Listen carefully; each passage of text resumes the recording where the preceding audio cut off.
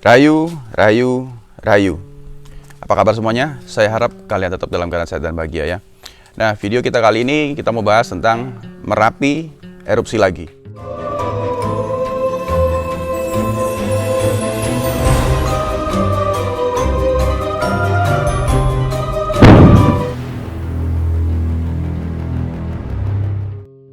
Nah, buat teman-teman setelah nonton video ini jangan lupa untuk mampir ke salah satu channel saudara kita juga ya, itu yang bernama Sobat Alam 117. Nah, beliau juga di sana menceritakan tentang spiritual juga. Nah, kenapa saya rekomendasikan video tersebut? Karena spiritualitas sendiri itu adalah bagian dari ajaran Budi. Ya, jadi istilahnya itu adalah sebuah ciri bahwa benar-benar ajaran Budi di seluruh Nusantara itu terjadi, gitu ya. Jadi tentang spiritualitas. Nah, nanti akan saya kasih linknya di kolom deskripsi, dan teman-teman jangan lupa untuk mampir ke channelnya Sobat Alam 117 ya. Nah, untuk beberapa hari yang lalu kita ketahui di tanggal 6 atau tanggal 7 itu ternyata Gunung Merapi mengalami aktivitasnya lagi ya, mengalami erupsi-erupsi dan ternyata hingga menimbulkan munculnya lava pijar yang meleleh ya, istilahnya seperti apa ya, mengalir dari atas ke bawah itu. Ya, istilahnya Gunung Merapi sendiri di awal tahun ini ternyata mengalami aktivitas kembali yang sudah dihitung sudah beberapa ratus kali dalam 2 hari ya, di awal tahun istilahnya ya. Di awal tahun itu benar-benar Gunung Merapi mengalami erupsi lagi. Nah, kalau kita ingat di 2020 sendiri Gunung Merapi juga mengalami erupsi-erupsi yang ternyata itu semua orang mengira Gunung Merapi akan meletus hebat. Tapi ternyata malah tidak disangka Gunung Lewoloto sama Gunung Semeru yang meletus duluan. Nah, kalau kita pelajari istilahnya, kalau kita mengkaji atau melihat pola yang lalu, ada kemungkinan di tahun ini juga Merapi juga mengalami pola yang sama.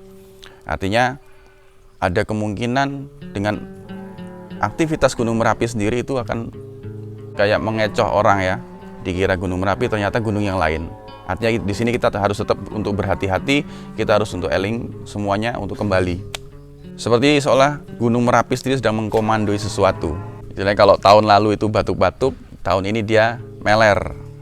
Ya, tahun lalu batuk, sekarang pilek, meler ya. Itu juga istilahnya menurut saya itu sebuah petunjuk. Ya, jadi kita semua harus berhati-hati, terutama yang di lereng-lereng gunung. Nah, tetapi jangan lupa juga yang di kisaran Gunung Merapi sendiri juga harus tetap berhati-hati. Jangan sampai karena sudah mengira bahwa polanya seperti yang tahun lalu sehingga menganggap akan ada gunung lain yang meletus, sehingga mengabaikan keselamatan diri sendiri yang ada di Gunung Merapi ya.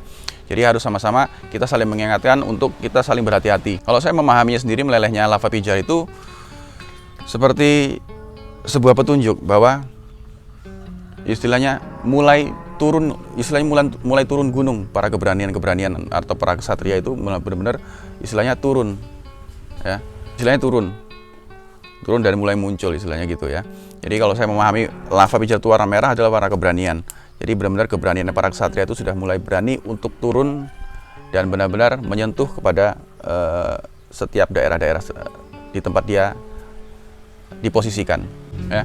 Jadi saya memahaminya seperti itu ya. Memahaminya itu sebagai petunjuk bahwa ini memang sudah waktunya para istilahnya para ksatria-ksatria ya, atau para orang-orang yang ditugaskan itu benar-benar sudah mulai turun dan sudah mulai menyentuh kepada masyarakat, dan nanti akan mulai muncul dengan berbagai macam programnya, dengan berbagai macam keahliannya masing-masing ya. Itu kan semua memang sudah sesuai dengan peruntukannya masing-masing. Nah, dengan turunnya para ksatria itu artinya di sini sudah waktunya benar-benar istilahnya kebenaran yang sejati itu akan dibuka. Istilahnya kebenaran dari sejarah Nusantara pun itu nanti akan benar-benar dibuka semua. Istilahnya nanti akan kembali kepada haknya masing-masing. Ya. Semua akan dikembalikan kepada asalnya. Nah, kita sendiri memang di dalam kesabaran saat ini memang dituntut untuk sadar ya.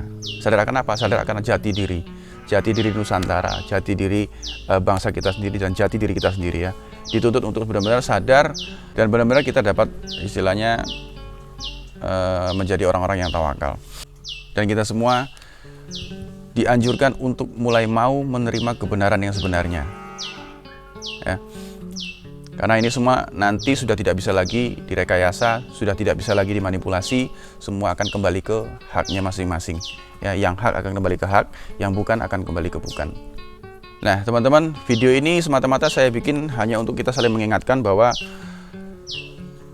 leluhur-leluhur kita itu memang punya cita-cita ya. Cita-citanya apa? Cita-citanya benar-benar istilahnya kita sebagai anak cucunya itu dapat meneruskan atau melestarikan kebudayaan kita sendiri, atau membuat bangsa ini menjadi Gemah Ripalo Jinawi kembali, ya, benar-benar bisa merata, semua dapat merasakan keadilan dan kemakmuran itu, ya. Jadi cita-cita leluhur sendiri memang untuk menjadikan bangsa dan negara ini sebagai negara yang mercusuar dunia, istilahnya kalau Pak Karno bilang, ya. Kita sebagai anak cucunya harus mulai mau untuk mengembalikan kewibawaan Nusantara, ya. Memang ini sudah waktunya semua istilahnya ditarik ke kalau dibilang ke rumahnya masing-masing. Nah, mungkin tidak banyak video yang saya buat hari ini, cuma segitu aja, dan saya juga tidak merasa benar apa yang saya katakan. Mudah-mudahan ini bisa menjadi referensi untuk kita berpikir dan merenung, ya. Nah, saya ingatkan lagi, jangan lupa teman-teman untuk mampir ke channel saudara kita yang bernama Sobat Alam 117. Di sana juga channelnya membahas tentang spiritual, ya. Jadi nanti linknya sendiri akan saya kasih dalam kolom deskripsi. Silahkan mampir dan kita support channelnya dia. Ya, itu aja hari ini. Saya juga bukan siapa-siapa dan bukan apa-apa. Rayu, rayu, rayu.